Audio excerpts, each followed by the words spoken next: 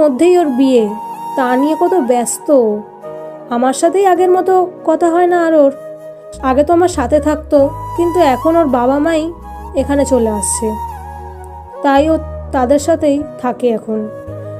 মানুষ যে এতটা পরিবর্তন হতে পারে তা আদিবাকে না দেখলে বুঝতে পারতাম না। কখনো ভাবতেও পারি নাই যে আদিবা এইরকম হবে। ও কি এতই ব্যস্ত যে একবার আমাদের সাথে কথা বলারও সময় পায় না, আর আমরা কল দিলেও ধরে না। তার কয়েক ঘন্টা পর কল ব্যাক করে, তাও কিছুক্ষণের জন্য। আমাদের কথা বাদ দে, ও তো রবিকেও অনেক কেয়ার করতো। রবি এত অসুস্থ ছিল, তাও ওর খোঁজ খবর নিল না। সাব্বির, এই কথা বাদ দে তো। বাদ দিতে হবে না, আমি কিছুই মনে করিনি। ও তো আর আমাদের সাথে খারাপ কিছু করেনি যে ওর উপর রাগ করব। ও ওর ব্যক্তিগত জীবনে জড়িয়ে পড়েছে। আগে ওর কেউ ছিল না, তখন আমাদের সাথে সময় কাটিয়েছে। এখন ওর ভালোবাসার মানুষ আছে, তাই এখন আর আমাদের প্রয়োজন নাই ওর। আমাদের সাথে ওর পরিচয় একটা কল্পনা ছিল, এটা মনে করে ভুলে যা ওকে। ওকে নিয়ে আর এত ভাবাভাবির দরকার নাই। তুই পারবি ওকে ভুল থাকতে? জানি না, তবে কিছুদিনের মধ্যে এমনি ভুলে যাব। মানে? কিছু না। ইদানিং তোর কথা কিছুই বুঝে উঠতে পারছি না। অসুস্থ হবার পর থেকে তুই যেন কেমন হয়ে গেছিস। সময় হলে ঠিকই বুঝতে পারবি। আবার সেরকম রহস্যময় কথা? আমার জীবনে একটা বড় রহস্য। আমার ভাগ্যেই হয়তো লেখা ছিল কারো ভালোবাসা পাবো না। পরিচয়হীন একটা ছেলে, সব থাকতেও তার কিছুই নেই। আগে মন খারাপ হতো, এখন আর হয় না। আর তোরা আমায় বলতি না যে আমি যখন ওকে ভালোবাসার কথা বলবো তার আগেই ওর বিয়ে হয়ে যাবে। আর দেখ, এটাই সত্যি হলো। ওই যে বললাম না, কষ্ট আমার বন্ধু হয়ে গেছে, তাই তো আমাকে ছেড়ে থাকতে পারে না। চোখ দিয়ে পানি বের হয়ে গেল। আদিবা আমাদের অবহেলা করছে, ভালোই হয়েছে। ও যদি আমার সাথে আগের মতো থাকতো তাহলে হয়তো নিজেকে কন্ট্রোল রাখতে পারতাম না। রবি, তোকে সান্ত্বনা দেওয়ার ভাষা আমাদের নেই। একটা মানুষ কতটা কষ্টে থাকতে পারে তা তোকে না দেখলে বুঝতাম না। তুই এতটা কষ্টে ছিলি, তাও আমাদের কখনো বুঝতে দিসনি। কিন্তু তোকে দেখে মনে হচ্ছে এখনো অনেক কিছু আছে যা আমরা জানি না। প্লিজ আমাদের বল। হ্যাঁ দোস্ত, বল। কিছুই না, তাহলে কি বলবো তোদের?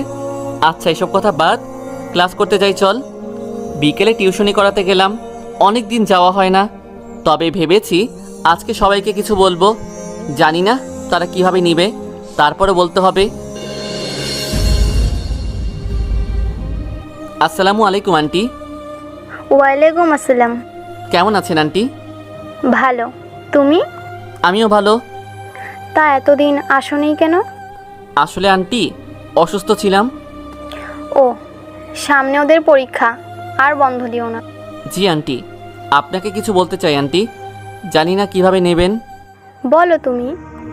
আসলে আন্টি, আমি কিছু অনাথ বাচ্চাদের সাহায্য করি, ওদের লেখাপড়াও করাই। যদি আপনারা মাসিক কিছু সাহায্য করতেন তাহলে ওরা ভালোভাবে বাঁচতে পারতো। দেখো, আমরা কোটি টাকার মালিক নই যে সাহায্য করব। আর তোমার পড়ালেখার টাকাও তো প্রাইভেট পড়িয়েই জোগাড় করতে হবে। তাহলে তোমাকে কে বলেছিল এত বড় দায়িত্ব নিতে? আমি আগেই বুঝেছিলাম তুমি অসুস্থ ছিলে না। এসব ফালতু কারণে বন্ধ দিয়েছো। আবার যদি বন্ধ দাও তাহলে তোমার বদলে অন্য টিচার রাখতে বাধ্য হবে। আর যতদিন বন্ধ দিয়েছো সেই টাকা কেটে রাখা হবে। ঠিক আছে আন্টি, যেখানে যেখানে প্রাইভেট পড়াই সব জায়গাতেই বললাম, কিন্তু অপমানিত হয়েছি। রাস্তা দিয়ে হাঁটতেছি আর ভাবতেছি আমি চলে গেলে ওদের কি হবে। ওদের কথা দিয়েছিলাম ওদের দেখাশোনা করব, কখনো ওদের ছেড়ে যাব না। কিন্তু আমি চলে গেলে তো ওরা আবার রাস্তায় নেমে যাবে। না, এটা হতে দেওয়া যাবে না। আমার ভাই বোনদের এভাবে কষ্ট পেতে দেওয়া যাবে না।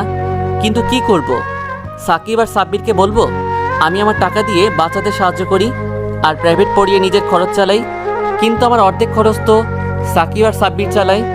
আর ওরা যদি ওদের টাকা দিয়ে সাহায্য করে তাহলে তো ওদের অবস্থা আমার থেকেও খারাপ হবে। এখন তো ওরা আমাকে সাহায্য করে, কিন্তু তখন তো ওদের সাহায্য করার মতো আর কেউ থাকবে না। কিন্তু আমি চাই না ওরা কষ্টে থাক। কিন্তু বাচ্চাদের কি হবে? জানি না কি করব। হে খোদা, আমার সাথে কেন এমন হয়? ছোটবেলা থেকে কষ্ট পেয়ে এসেছি, যাকে ভালোবাসি তার থেকেও কষ্ট পেয়েছি। আর এখন তো আমাকে এই দুনিয়া ছেড়ে চলে যেতে হবে। হে আল্লাহ, আমি চলে গেলে ওই বাচ্চাদের কি হবে? আমি ছাড়া যে ওদের কেউ নেই। কাঁদতে কাঁদতে বললাম, না, যে করি হোক সাব্বির আর সাকিবকে বলতে হবে। কিন্তু কিভাবে বলবো? রাতে শুয়ে শুয়ে ভাবতে থাকলাম। এভাবে আরও 7 দিন চলে গেল। আমার অবস্থা এখন আগের চেয়ে অনেক খারাপ। শরীরটা অনেক দুর্বল হয়ে গেছে, কিন্তু এখনও সাব্বির আর সাকিবকে বলতে পারি নাই। ডাক্তার বলেছিল সপ্তাহে 2 দিন তার সাথে দেখা করতে হবে, কিন্তু প্রায় 14 দিন হতে চলল, তাও দেখা করা হয়নি।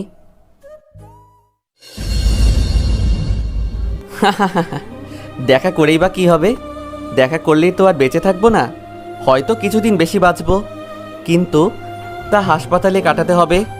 আর আমার জন্য কে এত টাকা খরচ করবে?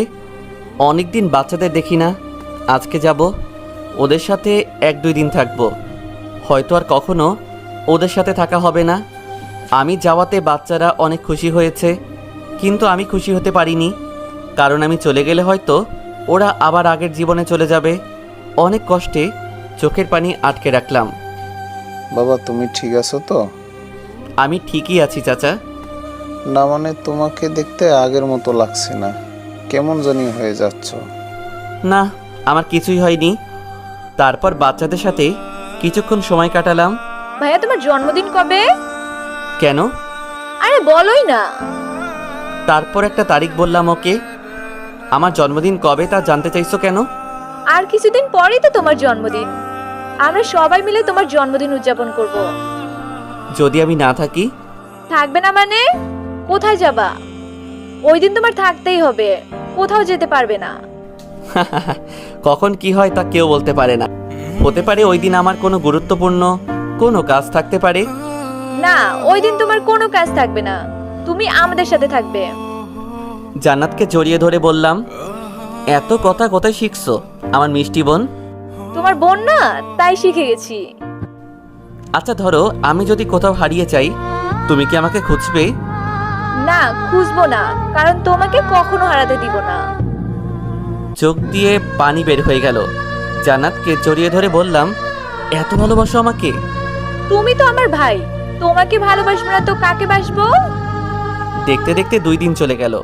আজকে বিকালেই এখান থেকে চলে যাব, আর হয়তো কখনো আসতে পারবো না এখানে। মন চাইছিল এখানে সারাটা জীবন থেকে যাই, কিন্তু তা কখনো সম্ভব নয়। বাচ্চাদের আর চাচার মুখটা চোখের সামনে ভেসে উঠল। চোখের পানি আর আটকে রাখতে পারলাম না। বাচ্চারা সবাই দৌড়ে এসে আমায় জড়িয়ে ধরল। ওরাও কাঁদছে। অনেকক্ষণ ওদের জড়িয়ে ধরেছিলাম। অনেক কষ্টে চোখের পানি মুছে ওদের বললাম, মন দিয়ে লেখাপড়া করবে, কখনো কোনো কিছুর জন্য কষ্ট পাবে না। একটা কথা মনে রাখবে, তোমাদের অনেক বড় হতে হবে। চাচা বাচ্চাদের খেয়াল রাখবেন। তারপর সেখান থেকে চলে আসলাম, আর পিছনে ফিরে তাকালাম না।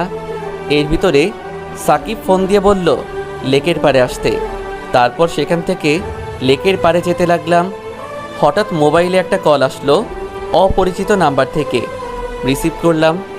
রিসিভ করার সাথে সাথেই অপর পাশ থেকে কেউ বলতে লাগলো, তোমার মাথায় কি সমস্যা আছে? তুমি বুঝতে পারছো যে তুমি কত বড় সমস্যায় আছো?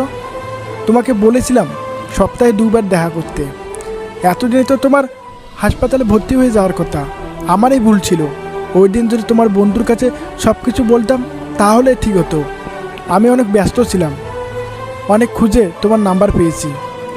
এতদিন তো তোমার অনেক অসুস্থ হয়ে যাওয়ার কথা, এখনই তুমি চলে আছো, তোমাকে ভর্তি হতে হবে।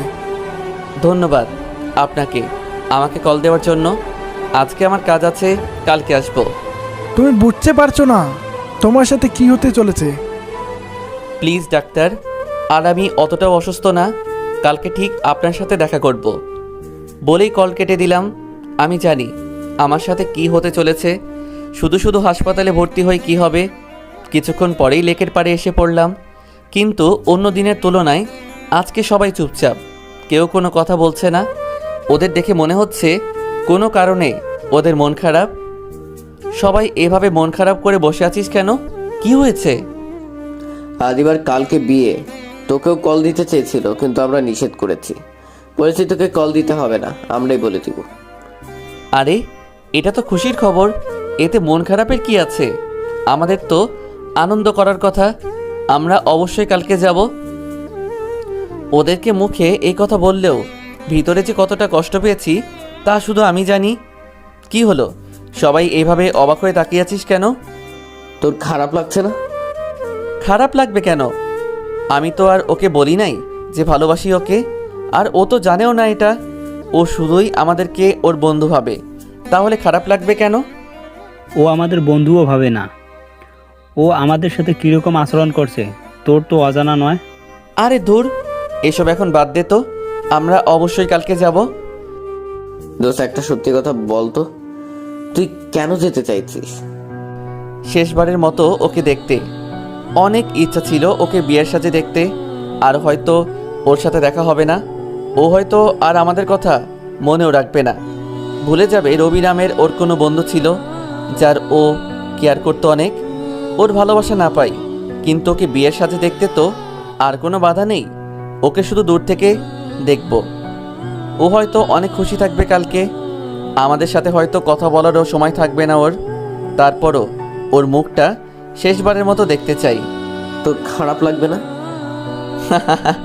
আমার খারাপ লাগবে কেন? আমি তো অনেক খুশি থাকবো। ওকে বিয়ের সাথে দেখতে পাবো, এটাই অনেক। নিজের অজান্তেই চোখ দিয়ে পানি বেরিয়ে গেল। আর কিছু বলতে পারলাম না, তার আগেই ওরা সবাই এসে জড়িয়ে ধরলো। সরি রে, আমি ওর সাথে থাকার পরও তোকে বুঝতে পারি নাই। আমিও ভেবেছিলাম ও হয়তো তোকে ভালোবাসে। দূর, এসব কথা বাদ দে তো। পরের দিন রেডি হয়ে আদিবার বিয়েতে গেলাম, কিন্তু সারাটা দিন ফোনটা বেজেই চলেছে। ডাক্তার অনেকবার কল দিয়েছে, কিন্তু রিসিভ করি নাই। আজ বা কাল আমাকে চলে যেতেই হবে। হয়তো হাসপাতালে ভর্তি হলে আরও কিছুদিন বেঁচে থাকলেও থাকতে পারি, কিন্তু আজকে হাসপাতালে ভর্তি হলে আদিবাকে আর কোনো দিন দেখতে পারবো না। আমার কাছে আদিবাকে শেষবারের মতো দেখাটাই অনেক গুরুত্বপূর্ণ। ওর হাসি মুখটা শেষবারের মতো দেখতে চাই ওকে বিয়ের সাজে কেমন লাগে। সকাল থেকে তোকে এতবার কে কল দিয়েছে? আর বলিস না, পরিচিত একজন একটা কাজের জন্য বিরক্ত করছে। চল, আদিবা ওর সাথে দেখা করতে বলেছে। তোরা যা, আমার ভালো লাগছে না। আমরাও যাব না।